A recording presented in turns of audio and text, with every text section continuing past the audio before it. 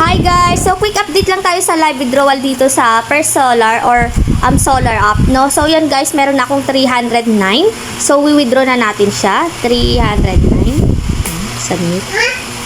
Ay, 300 lang. So yan guys, wait na lang natin dumating sa aking Gcash. As you can see guys, under review na siya and under review na siya and once na nag-success na yan, dadating na siya sa ating Gcash, no? So yun guys, ito po yung mga product nila. Yung 160 kikita ng 36 pesos, then may daily sign in din pala to na 5 pesos, no?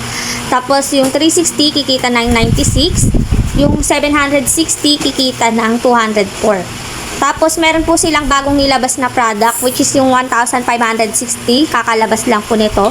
420 pesos po yung daily profit. So, itatry ko po yan na, guys, na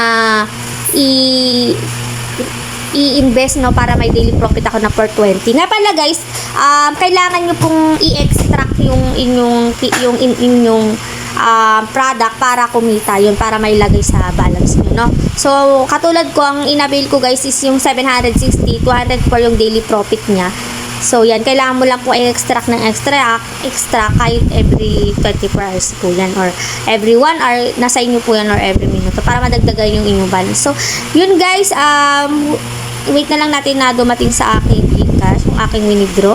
So, under review pa rin po siya. Ilagay ko na lang po dito once na nag-success. So, yun na nga guys, ang update ko sa withdraw dito sa First Solar or Solar App, nag-success na po yung aking withdraw na 300. So, meron po siyang 20% na withdrawal fee, nabawasan siya ng 60 pesos. Kaya po, ang na-receive ko lang is you have received 240 pesos. So, 240 po yung aking na-receive. So, paying na paying pa rin po talaga to si First Solar. And, bago lang po tong application na to. And, kakalabas lang din po ng kanilang product, which is yung 1,560, 420 pesos po, no? So, nag-recharge na rin pala ako dyan para ang daily profit ko is 420.